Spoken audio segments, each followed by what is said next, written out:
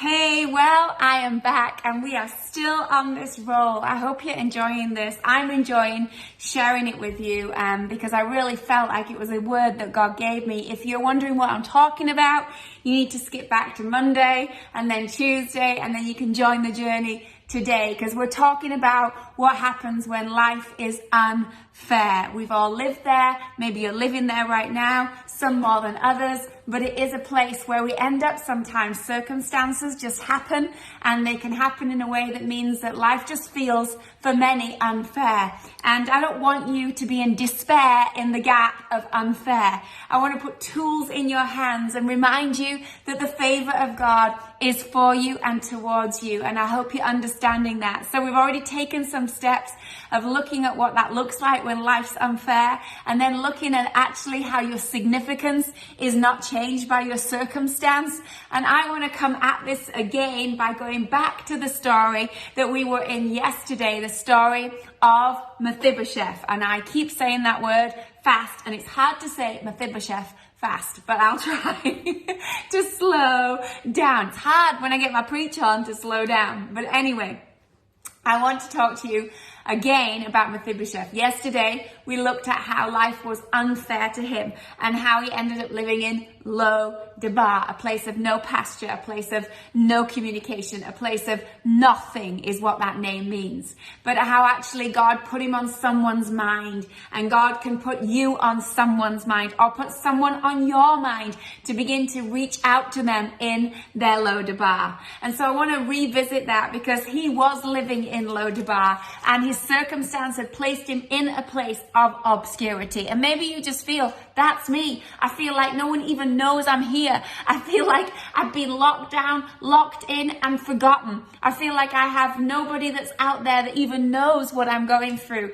And if that's what you're feeling right now, that's exactly what Mephibosheth's life looked like. He'd gone from everyone knowing him to feeling like no one even knew who he was or where he was. And I guess when you live that way, it's really tempting to think that Lo-debar, which is where he was living, is now your permanent destination. And I want to just say to you, don't make it your address.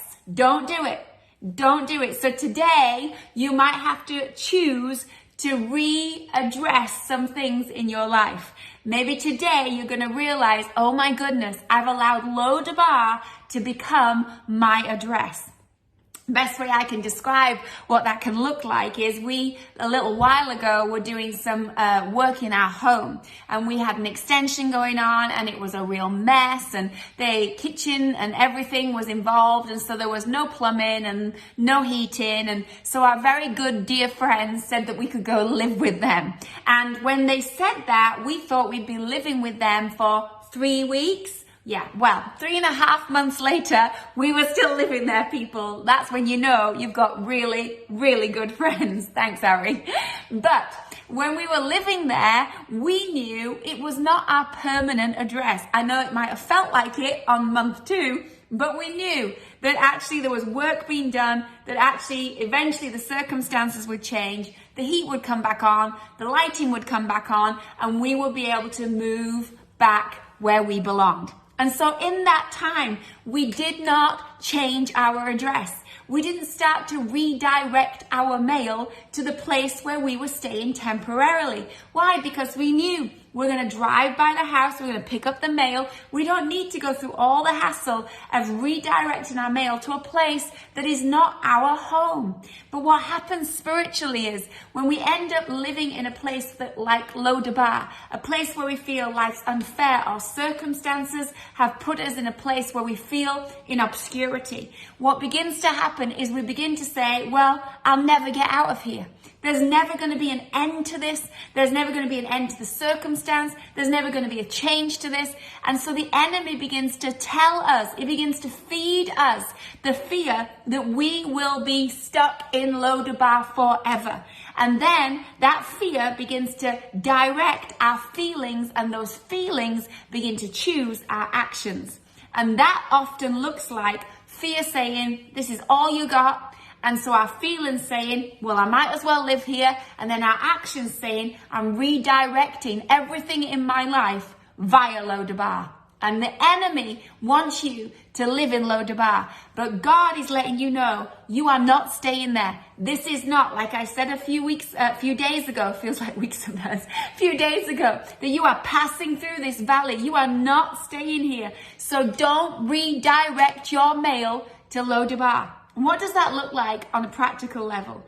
Well, when you start living somewhere, you start moving everything in, right? And you start to make permanent decisions in a place that should have been temporary. You start to have conversations as if you are a resident of Lodabar. You begin to plan your future as if Lodabar is where you will live, where you will do life, where you will educate, where you will do everything. And you also begin to make friendships in Lodabar that sometimes are not the healthiest for you to ever leave Lodabar. Sometimes people who you find in that down season of circumstances may also be in that down season. But if they're not someone that has faith and believes that favor's on the way, they will help you unpack your bags, because misery likes company. That is a saying, but it's also a reality. So be careful the friendships you make in Lodabar. Be careful the conversations and the counsel you receive in Lodabar. God is not going to call you to live in that place. God is going to call you to come out from that place. So Mephibosheth is living in Lodabar, but David is sending a convoy in 2 Samuel 9 to Lodabar to call him out. And he had to respond. And that's the thing. Favor wants to call you out of the place where life and unfairness may have put you. Favor wants to pull you up to the place where you belong. But if we allow our feelings and the feelings of those around us in Lodabar to determine what happens, we may never leave that place. There are some places that you're going to feel like it's the end. Remember Elijah, who's lying down going, it's the end. I can't do this anymore. I feel God's hands off my life. I can't run from this woman anymore. And what does God do? He sends an angel to feed him, to look after him, and then says, right, get up and on your way, because you're going to anoint the next generation.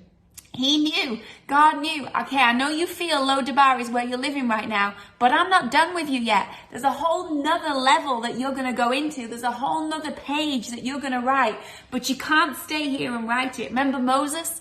He was in the backside of the wilderness, of the desert, and he's out there with the sheep. He's quit. He feels he's failed. What does God do? He shows up in a burning bush. What does God go to say to him? Hey Moses, I'm happy that you think Lodabar is your living space, but I've come to let you know that is not the happy I've called you to. I've called you to be a deliverer. So you need to pack up your whole household, because this is not where you are living. God comes to find us. Gideon in a wine press. What are you doing here, Gideon? I know you feel that this is where you're hiding. I know you feel that this is all you're worth. I know you feel that you don't have the strength to do anything other than hide. But this is Lodabar. This wine press is not your destiny. There is so much more besides this. And so you have to be willing for favor to come find you. But when it finds you, here's the kind of buffer. Here's the thing you got to remember. When it finds you, then it's your job to follow favor. It's not favor's job to stay in Lodabar. It's favor inviting you out of Lodabar. So in 2 Samuel 9, we see that David sends a visitor to Mephibosheth. He sends this guy to go and get him from Lodabar, and the invitation comes to Mephibosheth. And he begins to say, the king says to Ziba, go to his house at Lodabar, go bring him to me. And so he goes, but imagine what Mephibosheth had to go through.